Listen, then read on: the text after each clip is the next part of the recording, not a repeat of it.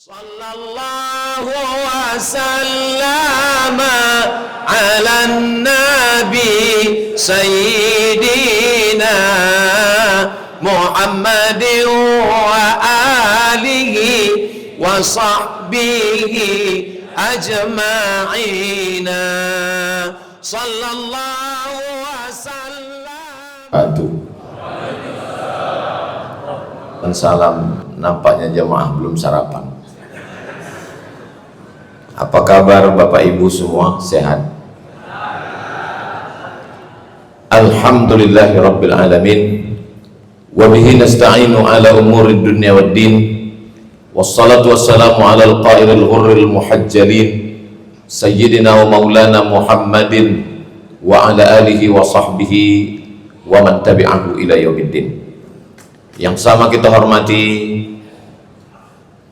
Yang mulia Wali Nangro Aceh Darussalam, ataupun yang mewakili Bapak Wakil Gubernur Aceh beserta Forum Komunikasi Pimpinan Daerah, Bapak Kapolda, Panglima, Ibu Wali Kota beserta Bapak Wakil Wali Kota Banda Aceh, para alim ulama, hadirin hadirat, muslimin muslimat, solihin solihat, mukminin mukminat yang belum kawin dan belum sunat, semua yang hadir ini dimuliakan Allah Subhanahu wa ta'ala. Saya baca-baca di medsos, komen-komen, ada yang prihatin, ada yang sedih, ada yang ngejek pun ada juga, yang mencaci maki, yang sumpah serapah, semualah ada di medsos itu. Lalu saya pun mencoba mencari-cari kenapa musibah itu terjadi. Setelah saya cari-cari ayat Al-Quran, hadis Nabi, pendapat para ulama, pendapat orang-orang yang hebat, akhirnya saya rangkum ada 7 poin. Itulah yang mau saya sampaikan pada kesempatan ini. Yang pertama dari Al-Quran, a'udzubillahi minasyaitonirrajim. Ma asaba min musibatin fil ardi, segala musibah yang terjadi di bumi ini, tsunami, gempa bumi, gunung meletus, banjir bandang, ma asaba min musibatin fil ardi wala fi anfusikum, kanker, sakit jantung, diabetes, kolesterol, ma asaba min musibatin fil ardi, segala musibah di bumi, wala fi anfusikum, yang terjadi pada diri kamu, illa fi kitabin, semua sudah tertulis di kitab. Di kitab itu maksudnya di Lauhil Mahfuz. Papan tempat tulisan takdir itu namanya lauh, karena dia dijaga oleh malaikat, namanya mahfuz, lauh mahfuz. Min qabli an nabra'aha, sebelum kami mewujudkannya di alam nyata, sudah ada tulisan di Lauhil Mahfuz yang kita sebut dengan tulisan takdir. Itu dalam hadis, dalam ayat Quran. Penjelasannya ada dalam hadis, hadisnya ada dalam Sahih Muslim. Innallaha katabal maqadir, Allah sudah menuliskan takdir. 50 alfasanah, 50.000 tahun, qabla an yakhluqas samawati wal ard, sebelum Allah menciptakan langit, sebelum Allah menciptakan bumi, 50.000 tahun Allah sudah menetapkan di Lauhil Mahfuz bahwa tsunami itu terjadi, bahwa banjir bandang itu terjadi. Tidak ada kaitannya dengan dosa, tidak ada hubungannya dengan apapun, memang sudah ketetapan takdir Allah Subhanahu wa ta'ala.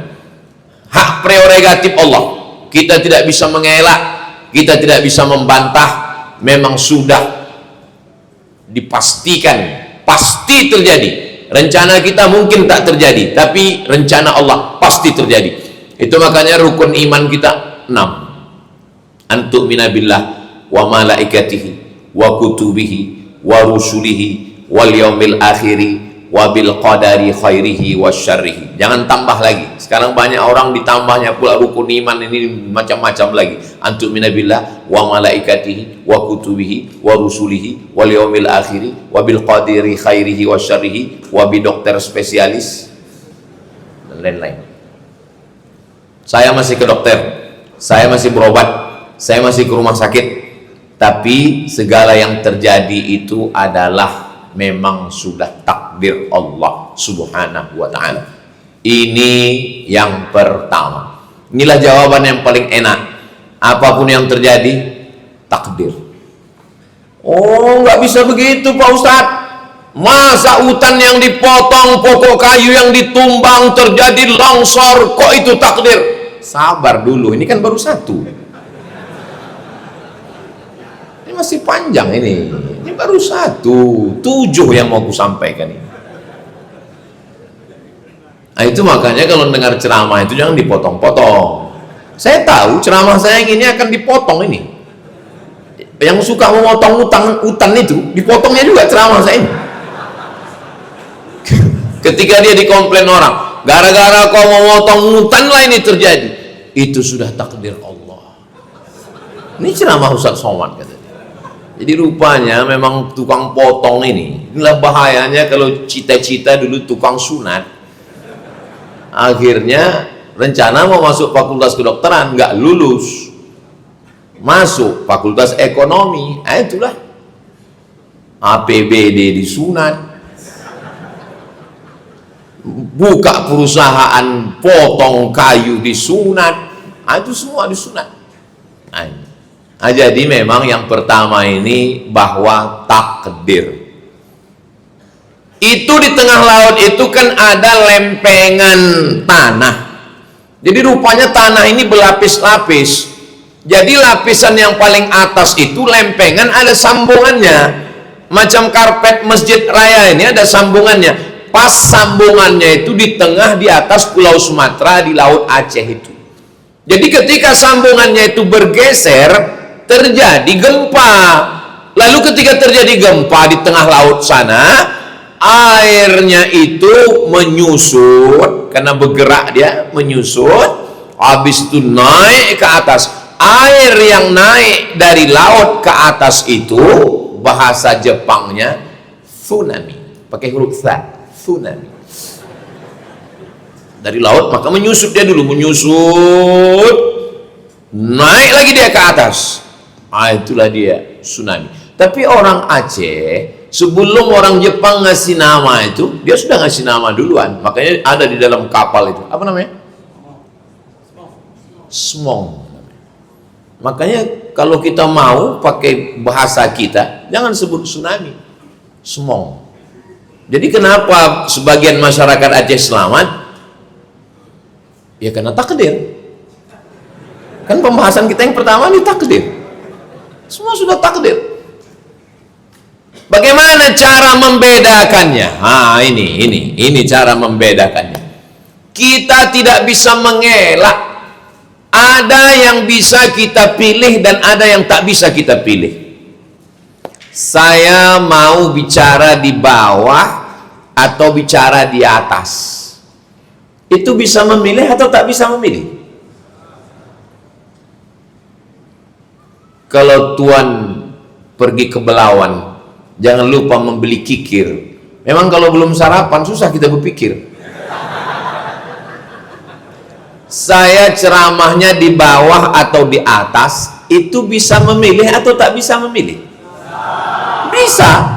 Saya tadi mau di bawah, tapi kata Pak Wagub, Ustaz Somad di atas. Semua orang mau nengok Ustaz, kata beliau. Kalau Pak Wagub, semua orang memang sudah menengok beliau, tinggal mengajukan proposal aja lagi. Nah, jadi tentang masalah saya mau di bawah atau di atas, itu pilihan. Tapi ada yang tidak bisa memilih.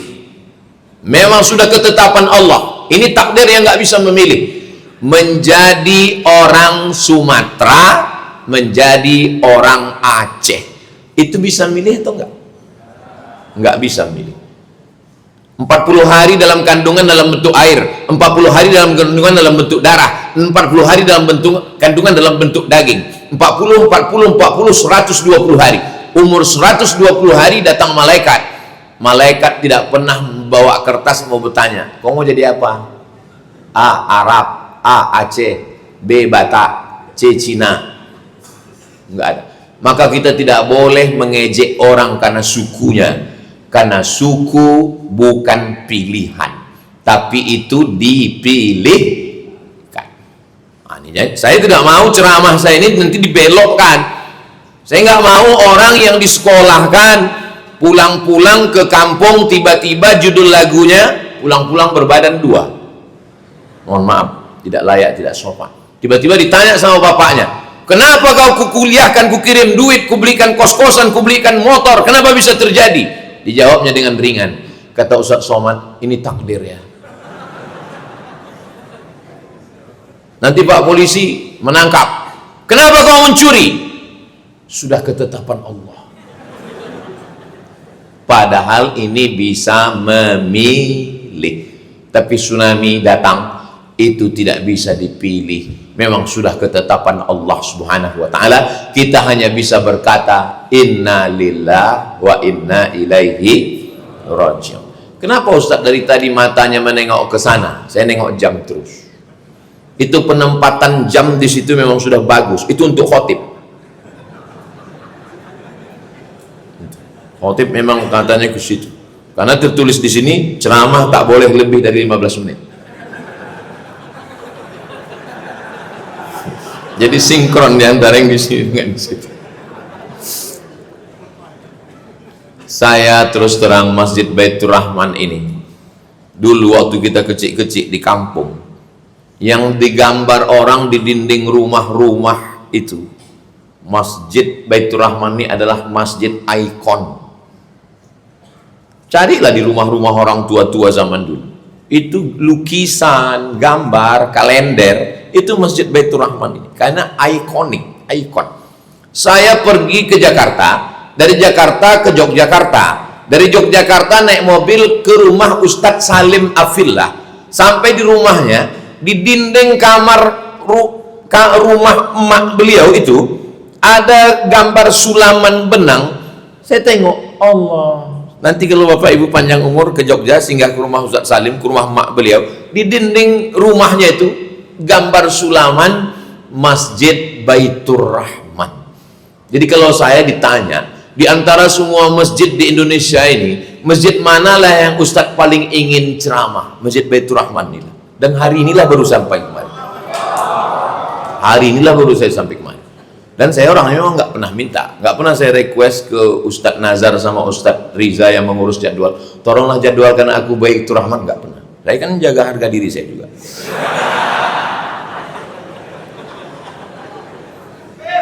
Tapi hari-hari ini tercapai cita-cita saya, bisa saya berdiri di Masjid Baitur Rahman yang dari kecil saya tengok gambarnya ditulis di dinding. Andai saya mati sebelum ini, mungkin penasaran ruh saya. Tapi sesudah ini, tapi jangan pula bilang sesudah ini Ustaz mau mati-matilah. Andailah mak saya masih hidup, bisa saya bercerita ke dia, mak, aku udah ceramah di Masjid Baitur Rahman yang gambarnya di kalender rumah kita dulu. Tapi insya Allah walaupun beliau sudah meninggal, beliau melihat amal saya hari ini, dan beliau sebagai ibu yang melahirkan saya bangga saya sudah di Masjid Baitur Rahman ini insya Allah. Kalau mau foto sering di luar, tapi ceramah baru ini. Yang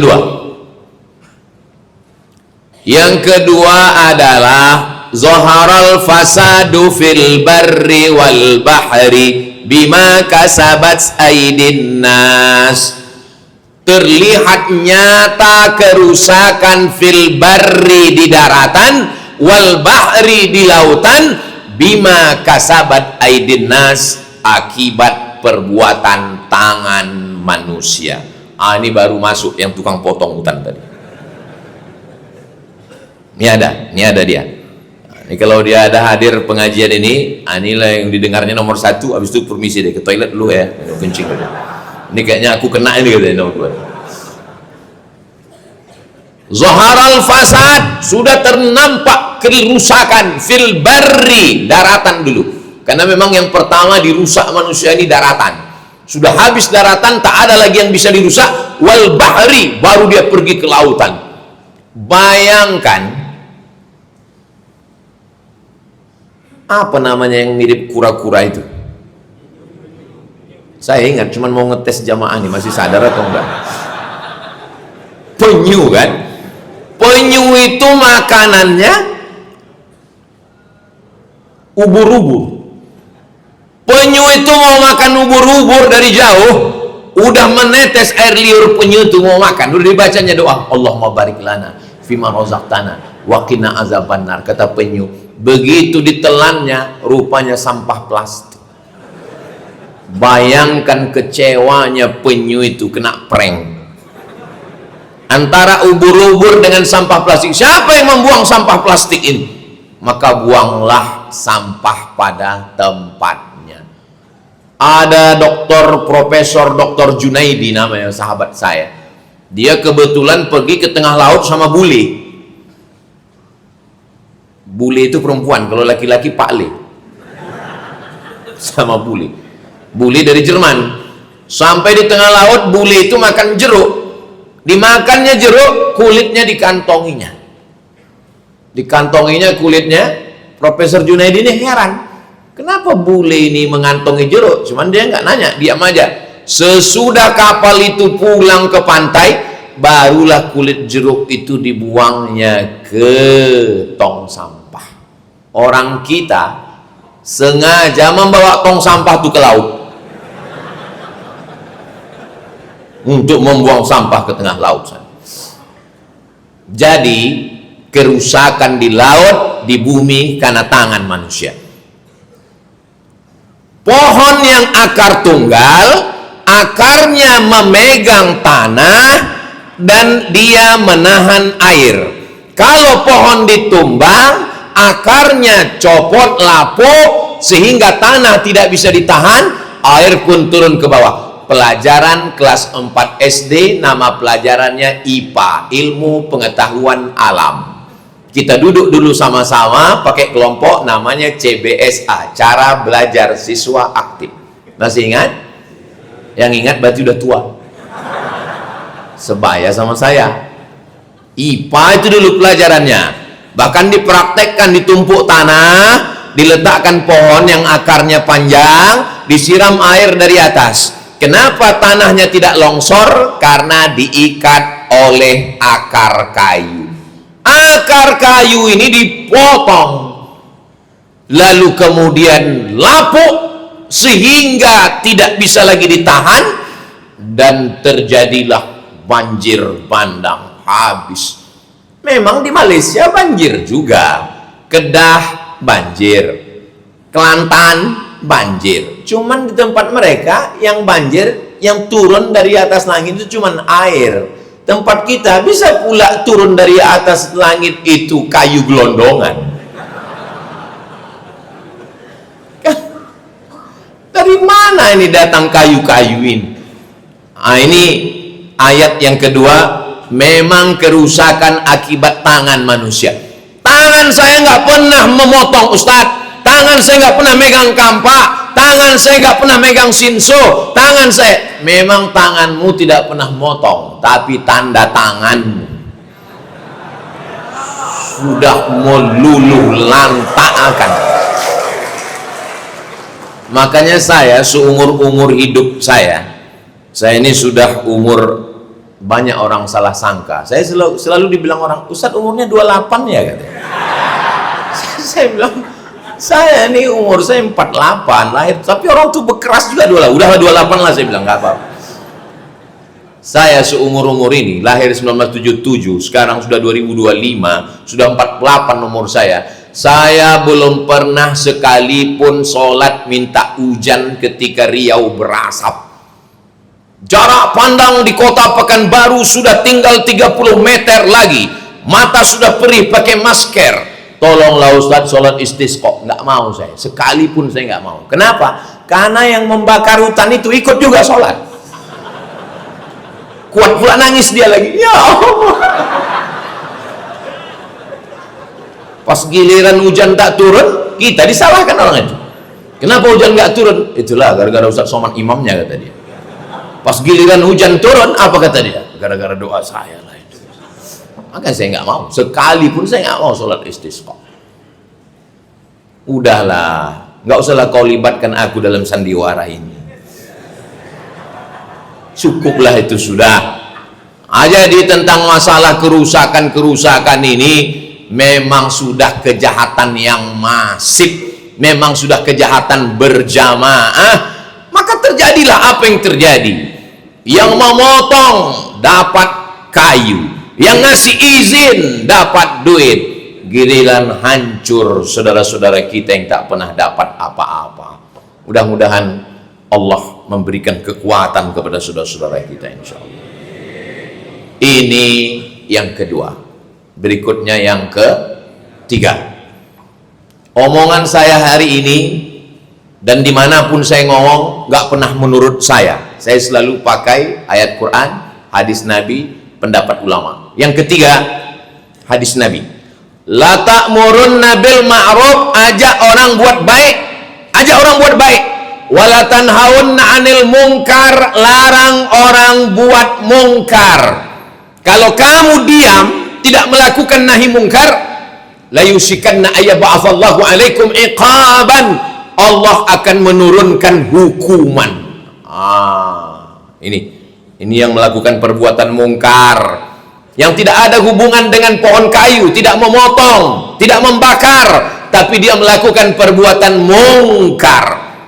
Dan orang diam, ustadz diam, ayah emaknya diam, dan kita ketika ditembak pun juga diam.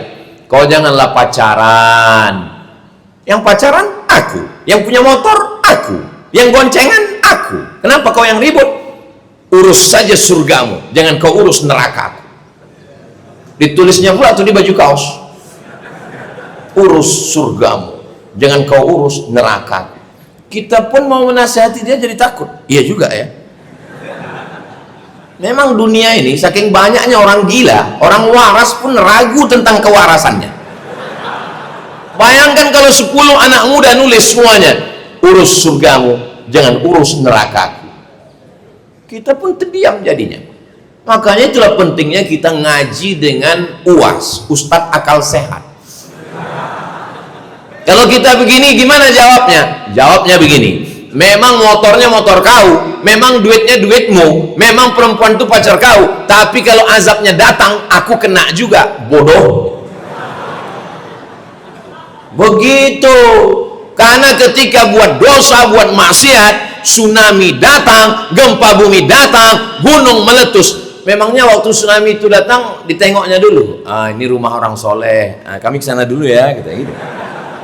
Mana ada, disapunya semuanya. Itu air yang turun dari atas gunung itu. Padahal kan sudah ada jalur sungai. Sungai itu kan belok ke kiri, belok ke kanan. Nggak mau dia ikut jalur itu. Rata semua dibuatnya. Habis, rumah orang baik kena, orang yang tak baik pun kena. Mudah-mudahan orang-orang baik yang meninggal dunia menjadi syahid, insya Allah. Adapun orang yang tak baik meninggal dunia, mudah-mudahan diampunkan Allah juga lah dosanya. Saya tahu kalian udah semangat kali mau mengaminkan.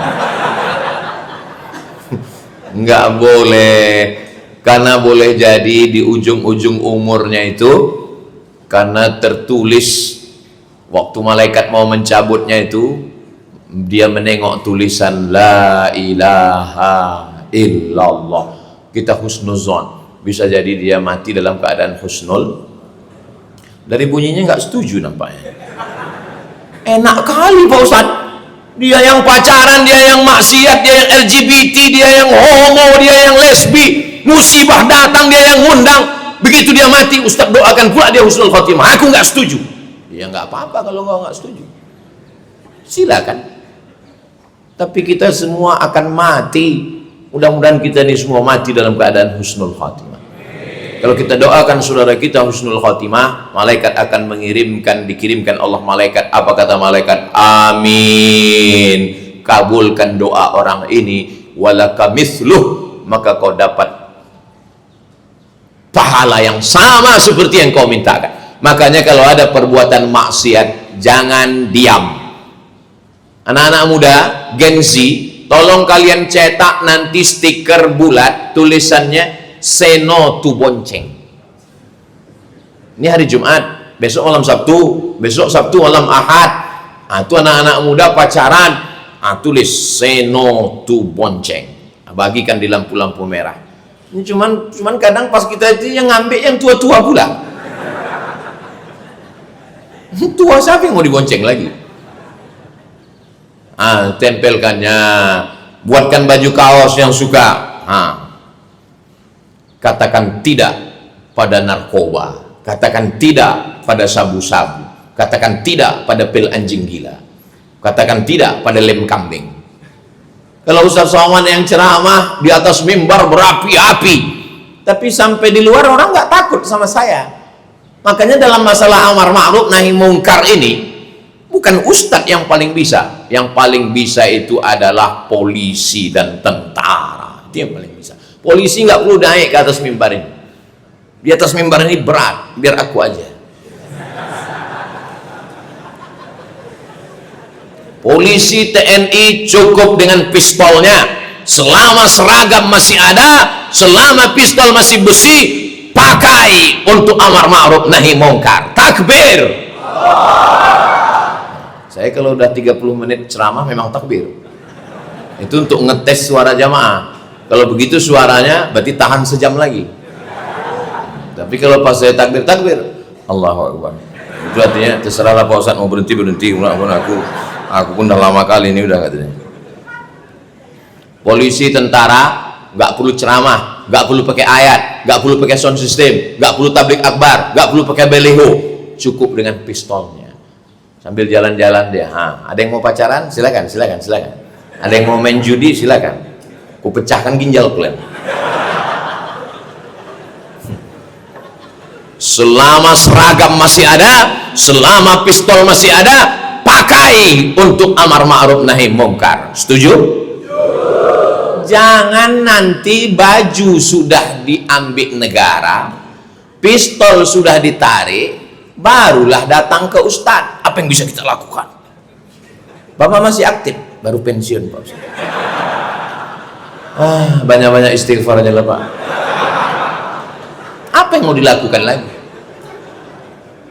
Ustadz, saya selalu ikuti ceramah Ustadz, saya mau nahi mungkar Pak Ustadz. Bapak dari mana? Saya polisi Pak Ustadz. Pistol besi udah diambil negara Pak Ustadz, tinggal pistol air. Itu pun kadang-kadang mati, kadang-kadang hidup Pak Ustadz. Udahlah Pak, banyak-banyak ziarah kubur ya Pak. Itu maka semangat saya ini karena saya tengok masih berseragam bapak-bapak kita. Maka gunakan kekuasaan ini. Suami saya Pak Ustadz tidak polisi, tidak TNI Pak Ustadz, nggak ada pistolnya, tapi ada pentungan, pakai. Itu pakai, macam-macam. Amar ma'ruf nahi mungkar.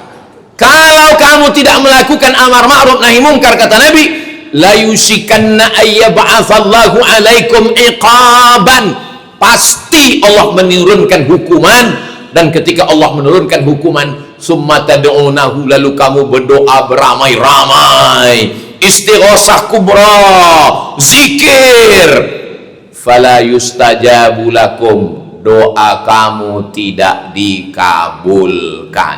Gara-gara apa? Gara-gara tidak melakukan amar ma'ruf nahi mungkar. Makanya pejabat-pejabat sangat bisa, kepala dinas, kepala badan, kepala kantor, yang ada kepala, yang tak berkepala, bisa. Wali kota, wakil wali kota, langsung masuk ke sana kemari, dapat laporan dari masyarakat, datang. Gubernur, wakil gubernur, sangat bisa. Ini adalah ajaran agama Islam. Jadi dalam Islam itu, kalau mau melihat orang berkuasa, ketika dengan kekuasaan dia bisa melaksanakan amar ma'ruf nahi mungkar. Man ra'a minkum mungkaran, siapa yang menengok kemungkaran, falyughayyirhu biyadihi, dengan tangan dulu. Nggak bisa dengan tangan, fabilisani, dengan lidah.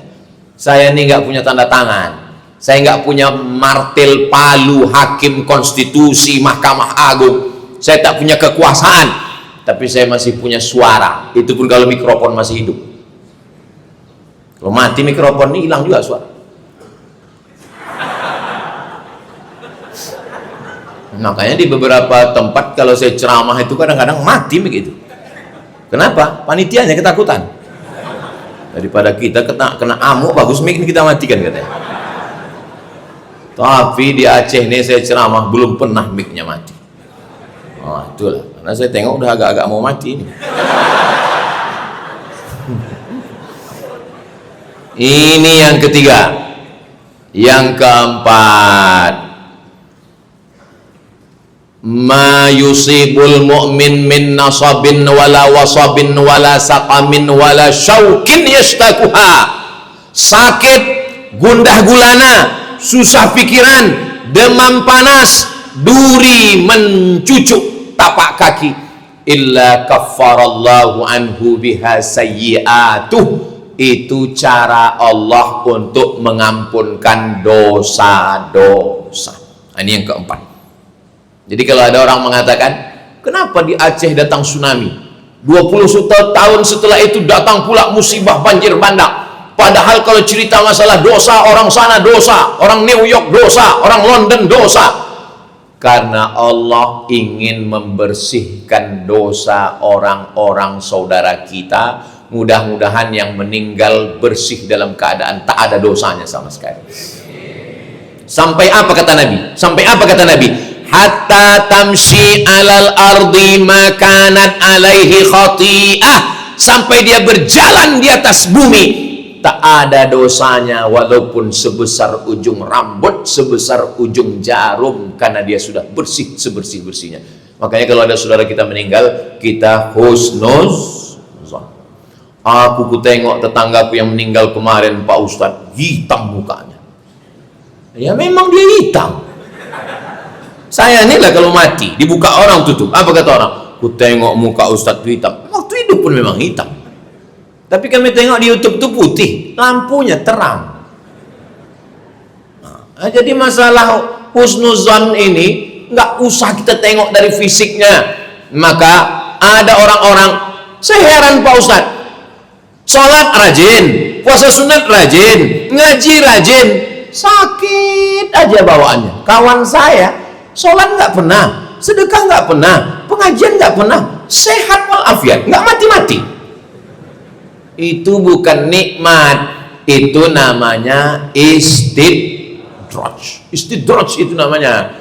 Yang kita khawatirkan itu bukan sakit, yang kita khawatirkan itu bukan musibah. Yang kita khawatirkan adalah badan sehat, rezeki lancar, tapi sebenarnya kita sedang dijauhkan dari Allah Subhanahu wa ta'ala. Ini yang keempat, ini mesti dipahami dengan baik.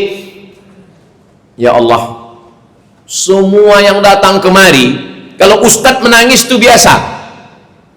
Reporter televisi nggak pakai jilbab menangis menengok musibah aja. Menangis dia, nggak tahan dia menengok saudara yang naik ke atas gubungan atap rumah dengan banjir bandang, anak kecil, ternak mati, rumah hancur, lumpur setinggi, tiang listrik dipegang, sampai tak bisa lagi berdaya, hanya melelehkan air mata. Maka kita husnuzon pada Allah. Kejam sekali Tuhan itu Pak. Tidak. Al-Quran ketika kita baca, Allah tidak mengatakan Bismillahirmuntaqim, dengan nama Allah yang maha menghukum. Dah. Bismillahirjabbar, dengan maha Allah yang berkuasa. Tidak. Tapi yang pertama adalah Bismillahirrahmanirrahim. Allah mau membersihkan sebersih-bersihnya, sampai akhirnya nanti di akhirat dia langsung masuk ke dalam surga Allah Subhanahu wa ta'ala. Amin. Saudara kita yang wafat karena tsunami 21 tahun yang lalu, saudara kita yang meninggal karena banjir bandang 1 bulan yang lalu, maka kita husnuzon kepada Allah, bersihkan hati kita dari segala prasangka suuzon. Itu cara Allah untuk menghapuskan dosanya, sehingga nanti dia langsung masuk ke dalam surga Allah sesuai dengan janji Allah dalam doa kita, Rabbana atina fid dunya hasanah wa fil akhirati hasanah wa qina. Berikutnya yang ke-5, ke-6. Mau cepat aja orang ini selesai. Saya memang dikasih tahu Ustadz jangan lama-lama, karena Ustadz mau langsung ke Sigli. Nanti saya mau khutbah Jumat di Sigli, habis itu turun ke Biren. Jadi kami turun Banda Aceh, dari Banda Aceh turun ke Sigli, habis turun ke Biren, habis itu turun ke bawah. Nanti diprediksi hari Sabtu malam Ahad, Sabtu sore itu kami nanti di Aceh Tamiang, dan Ahad malam kami langsung ke Medan. Pagi Ahad itu kami nanti berangkat dari Medan, masih belum jelas tiket apakah Medan Jakarta atau Medan Kuala Lumpur, habis itu barulah ke Pekanbaru.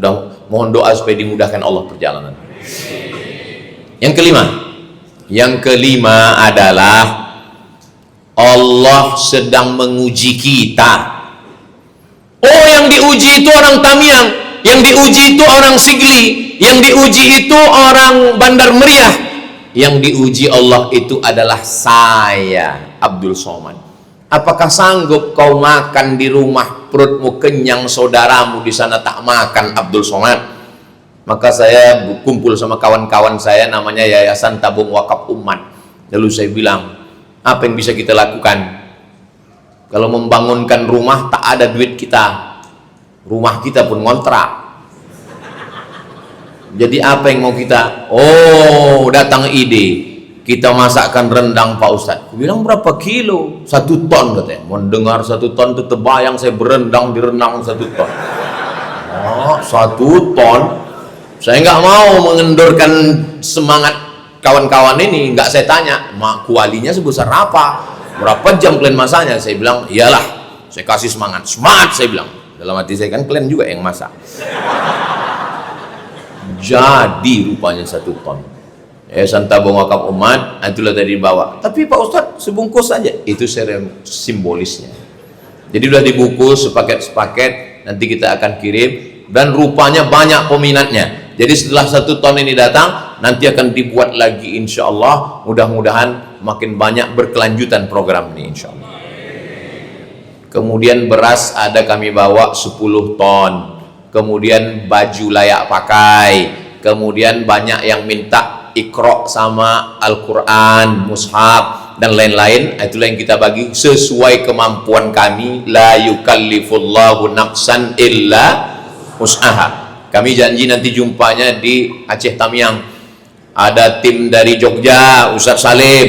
Ada tim dari Pontianak, Ustadz Lukmanul Hakim. Ada tim dari Riau, Ustadz Al-Nob Dinar beserta Ustadz Hanafi.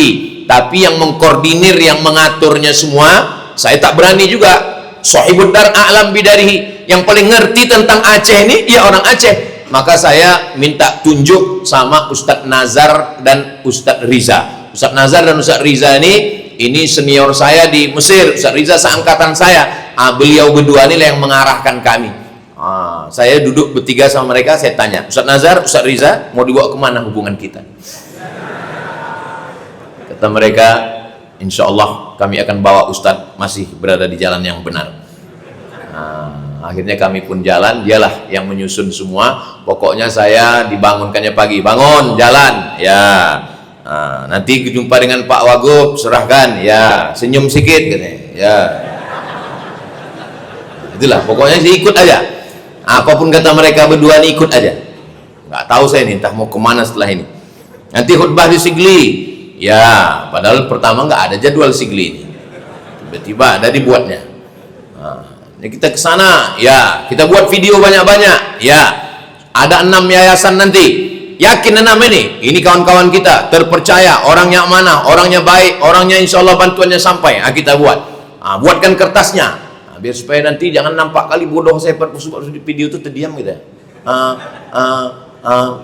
Kita buatkan kertas, sudah siap. Jadi nanti di setiap tempat buat. Karena recovery ini apa bahasa Indonesia? Saya kok udah di Aceh ini payah bahasa Indonesia. Pemulihan. Karena pemulihan ini lebih parah dari tsunami dulu Bapak Ibu. Maka pemulihan ini perlu waktu yang panjang. Saudara kita yang tidak Islam, tak Islam dia, mampu memberikan 1000 rumah. Bayangkan itu. dan akan tegak berdiri. Tadi malam saya minum kopi, Ustadz Somad, anak-anak Mapala, tahu Bapak Ibu Mapala? Mapala itu mahasiswa pencipta alam, bukan mahasiswa paling lama. Kadang ada juga anak-anak semester 14 nih pas ditanya, kau semester berapa? 14. Kok lama kali? Aku nih Mapala gitu. Rupanya mahasiswa paling lama. Anak-anak Mapala dari Papua tidak Islam memikul beras itu begoni-goni Pak Ustadz, masuk ke dalam yang tak bisa ditempuh oleh kita Pak Ustadz. Saya mendengar cerita itu, malunya saya dalam hati saya.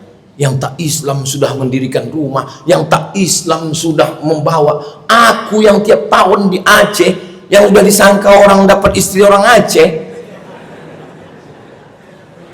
baru ini aku sampai, malu saya. Jadi kalau belum bisa nolong, paling tidak janganlah mengejek. Kalau belum bisa membantu, mengirimkan duit, mengirimkan apapun ke saudara kita, janganlah berkata kasar. Saya yang tidak berada jadi korban pun membacanya itu tak sanggup saya. Asalkan nampak saya tulisan yang kasar, saya lewatkan cepat.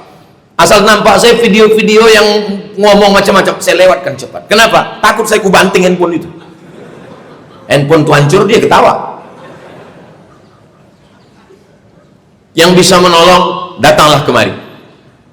Ustadz Riza, Ustadz Nazar, ya, saya kebetulan di Kuala Lumpur ini, di Malaysia. Gimana kalau kita jumpai Pak Menteri Agama? Siap. Terbang Ustadz Riza dengan Ustadz Nazar langsung dari Banda Aceh ke Kuala Lumpur. Kami pun menjumpai Pak yang berhormat Menteri Agama. Akhirnya kami sampaikan, Pak Menteri, ini kawan saya 2 orang. Bagaimana Aceh sekarang Pak Ustadz? Pas jumpa sama dia, bagaimana Aceh? Kami mohon bantuan dari masyarakat Aceh Pak, begini-begini. Kalau tidak bisa G2G, negara to negara, nanti kirimkan aja ke yayasan terpercaya, nanti kami akan sampaikan Pak. Insya Allah Pak Ustadz, kata beliau. Saya yakin insya Allah dia itu, karena dia orang Malaysia. Kalau insya Allah kita agak berat sedikit. Jadi memang relawan-relawan ini sudah turun semua. Jadi sebenarnya ini adalah ujian.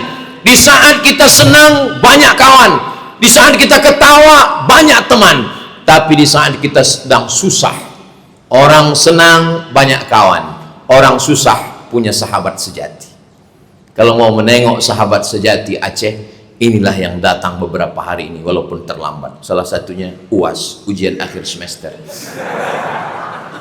Saudara yang dimuliakan Allah Subhanahu wa taala. Berikutnya yang keenam. Yang keenam, ini saya baru dapat temuannya ini, yang keenam ini. Baru pagi tadi dapat saya. Ini tidak ada di dalam Quran, tidak ada di dalam hadis, tidak ada di dalam pendapat ulama. Di Quran saya cari enggak ada. Di hadis pun tak ada. Dalam pendapat ulama pun tak ada. 6 ini adalah doa orang-orang yang terkabul. Hah? Siapa yang terkabul minta bencana nih Pak Ustadz? Rupanya bupati-bupati wali kota ini selalu datang ke gubernur minta APBD. Minta. Gubernur nggak ada duit. Karena semua dari pusat nggak ada. Bingung lah gubernur sama wakil gubernur. Mau dapat dari mana? Rupanya datang musibah ini, akhirnya cairlah duit.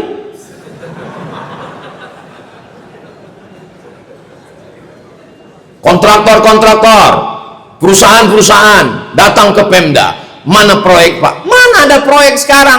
Defisit, duit susah. Begitu bencana ini datang, dicairkan 60 triliun untuk musibah Sumatera, 30-nya untuk Aceh. Akhirnya bupati, kepala daerah, rupanya orang ini banyak pergi umroh untuk berdoa supaya cair duit ini. Itulah maka cair duit ini. Turun. Saya pun baru dapatnya tadi pas sarapan tadi, ngobrol dengan Pak Wagub. Tadi saya dengar, oh begitu rupanya, saya bilang. Nggak ada proyek di Aceh Pak Ustadz, karena nggak ada duit. Sekarang setelah turun 3 triliun ini, proyek pembuatan rumah, proyek itu, proyek ini. Jadi ini memang ada beberapa orang yang berdoa ini. Tapi kalau bisa janganlah kalian berdoa lagi. Aku minta sama kalian janganlah berdoa lagi. Kebetulan di depan saya ada ibu wali kota Banda Aceh. Kenapa Banda Aceh nggak kena? Rupanya wali kota Banda Aceh ini yang nggak pernah minta dana tadi. Akhirnya nggak turun deh ke sini.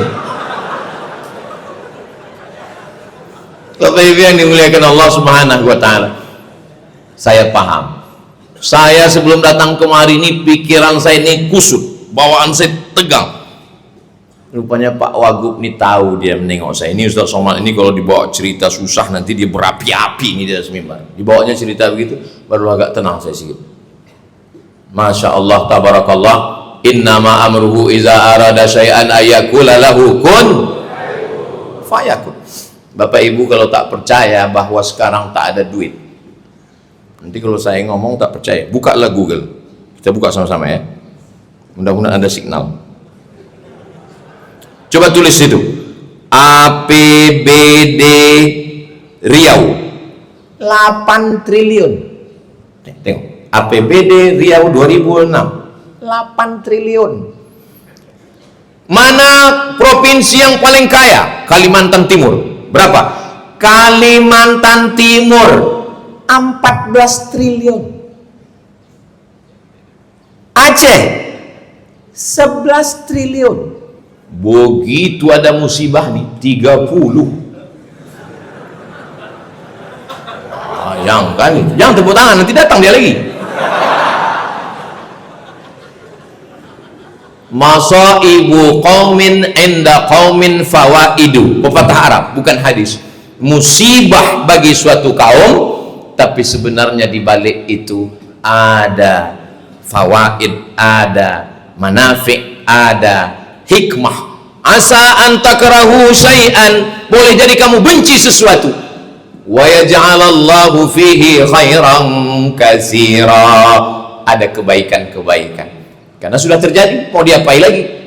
Tak bisa kita tolak, maka kita tinggal mengambil hikmah-hikmahnya, kita kawal, kita doakan. Tapi jangan gara-gara ini lalu NGO, non-government organization, LSM, jangan sampai berhenti. Terus, apa yang bisa kita bantu, kita bantu. Ini kawan-kawan saya yang dari Medan menunggu nih di Aceh Tamiang. Ustaz Somad, kami menunggu. Kapan Ustaz datang? Aku bilang, aku baru datang hari Ahad. Kami udah nunggu dari semalam, kata dia. Salah kalian lah, kenapa nggak kalian tengok jadwal? Aku bilang. Disangkanya semalam saya langsung terbang ke Aceh Tamiang. Kami di Banda Aceh dulu, baru turun ke bawah. Hari Sabtu malam Ahad baru kami sampai di Aceh Tamiang. Saya bilang, jadi dengan adanya musibah ini, nampaklah kuasa Allah SWT. Orang yang baik sedang dinampakkan kebaikannya, orang yang silap dan salah dihapuskan dosanya. Kita berharap mudah-mudahan kita semua tidak menambah redam remuk hancurnya hati saudara kita. Berlapang dada, ada sikit-sikit ya bersaudara kita, karena ada beban yang paling berat. Terakhir yang ketujuh, ada amal yang tidak keluar darah. Amal keluar darah, mati syahid. Ini amal tak keluar darah. Ada amal yang tak keluar keringat. Keluar keringat tawaf, sa'i, umrah, jihad. Ini nggak keluar keringat.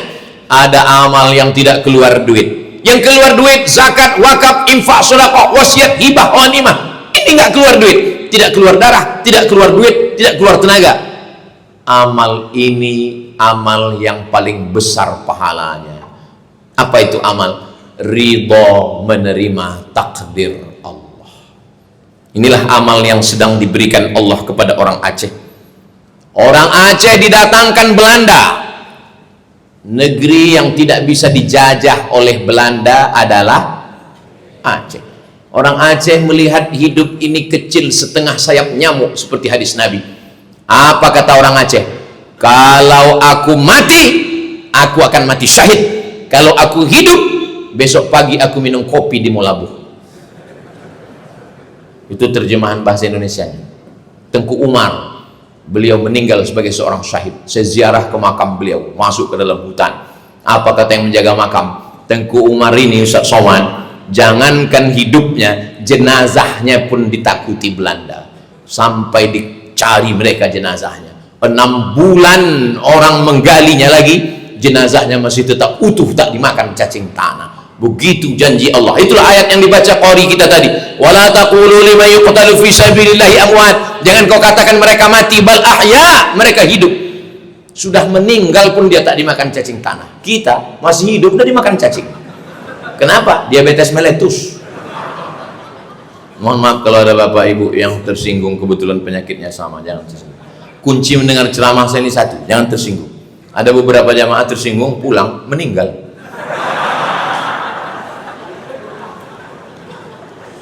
Datang Belanda tak bisa masuk. Jangankan Teguh Umar, jangankan Panglima Polem, yang perempuan Malahayati, yang perempuan Cut Nyak Din, takut Belanda, diasingkan ke negeri yang paling banyak pengetahuannya, Sumedang. Pengetahuan, iya, karena Sumedang itu banyak tahu.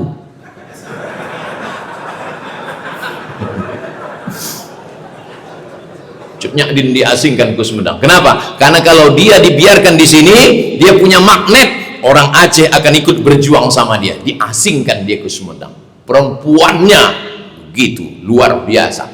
Makanya kalau ada orang luar Aceh yang bisa mendapatkan istri orang Aceh, itu orang yang luar biasa. Sampai mana tadi ceritanya? Hah? Datang Jepang tak masuk.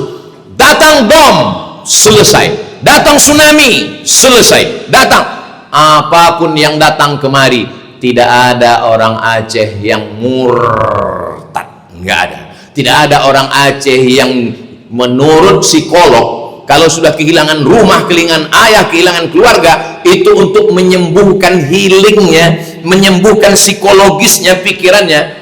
Mereka psikolog-psikolog yang ngerti, bingung mereka. Kok bisa orang Aceh tetap sehat walafiat? Karena kekuatannya berpegang pada la ilaha illallah Muhammadur Rasulullah. Maka saya tak pernah menceramahi. Saya hanya cerita. Saya kalau di Aceh ini hanya cerita. Tak pernah saya menceramahi. Marilah Bapak Ibu kita bersabar, kata orang Aceh. Alah kau ngomong gitu, belum pernah kau kena tsunami. Cobalah perhatikan ceramah saya di Aceh. Pernah saya ajak orang Aceh, marilah kita berpegang teguh pada Allah. Orang Aceh kalau dengar itu senyum. Alah kau dikejar Belanda tuh ciri kau ada. Kami Belanda, Jepang, daerah operasi militer, tsunami, datang lagi. Datang dari laut, 2 km daratan, habis, turun dia lagi. Akhirnya orang pindah ke gunung. Dari gunung pula datang. Bayangkan, Allah mau menunjukkan ke orang Sumatera Utara, ke orang Riau, ke orang Jawa, ke orang Kalimantan, bahwa ada hambaku yang kuat menerima berbagai macam pukulan. Itu kan kata Ustaz Saman untuk menyenangkan hati kami. Ini hadis bro. Datang sahabat Nabi namanya Sa'ad bin Abi Waqqas. Dia bertanya kepada Nabi, man asyaddun nasi balaan, siapa orang yang paling kuat ujiannya? Ya Rasulullah, ya, kasih tahu aku siapa orang yang paling kuat ujiannya. Al-anbiya, nabi-nabi. Setelah itu as-salihun, orang soleh. Setelah itu al-amsal fal-amsal. Itu kata Nabi. Orang yang paling kuat ujiannya nabi-nabi. Setelah itu orang soleh. Setelah itu orang yang di bawah itu, orang di bawah itu. Jadi kalau ditengok dari mulai Kalimantan, Sulawesi, Papua, Jawa, menurut pandangan saya, kalau dipakai hadis ini, yang paling kuat imannya adalah orang Aceh. Setuju tak setuju? Terserah, nggak setuju pun saya udah ceramah juga. Makanya menurut hadis ini, kekuatan iman itu diuji. Kenapa? Karena kalau saya menggali tanah di belakang rumah saya, tiba-tiba cangkol saya itu bunyinya pup. Lalu saya tengok ada batu hitam, saya ragu, ini batu kah, intan kah, emas kah? Maka saya bakar, saya hidupkan api unggun, saya bakar 1 hari. Begitu saya bakar meleleh, dan memancarkan cahaya, berarti dia emas. Saya bawa pulang, saya masukkan ke lemari, saya kunci lemarinya, saya masukkan ke kamar, kamarnya saya kunci, saya masukkan ke rumah, rumahnya saya kunci. Tapi setelah saya bakar 2 hari tetap hitam, batu gilingan. Cara menguji batu dengan api, menguji iman dengan ujian-ujian ini. Dan iman yang paling kuat itu berada di Serambi Makkah. Kita jaga ini, kita jaga iman anak-anak kita, kita jaga iman jamaah kita. Saya kalau mau ngasih contoh-contoh yang baik-baik, Aceh. Cerita tentang ekonomi syariah, banknya tidak ada konvensional, Aceh. Cerita tentang penerapan syariat Islam, ada dinas syariat, Aceh. Cerita tentang pendidikan Islam, Dayah Abu Abi Tengku, ada Abi Zahrul, Dr. Zahrul dari Mudi Mesra hadir bersama kita, Aceh. Cerita tentang baca kitab, sampai hari ini orang Aceh masih baca kitab, dari mulai Matan Takrib, Fathul Qarib, I'anatul Talibin, Kanzur Raghibin Mahalli, Qalyubi wa Umairah, Al-Majmu' Syarah Muhazzab. Sampai hari ini Dayah masih baca kitab kuning, dari mulai Matan Al-Ajurrumiyah, Al-Kawakibud Durriyah, Al-Imriti, Alfiyah Ibni Malik, sampai Syarah Ibni Aqil. Masih istiqamah mereka menghormati ulama. Maka kalau ada orang yang mengejek, dia belum kenal, kasih tahu dia, kasih kenal dia, ajak dia ngopi. Kau jangan ngejek, ayo kita ngopi, ajak dia ngopi ke tepi laut sana.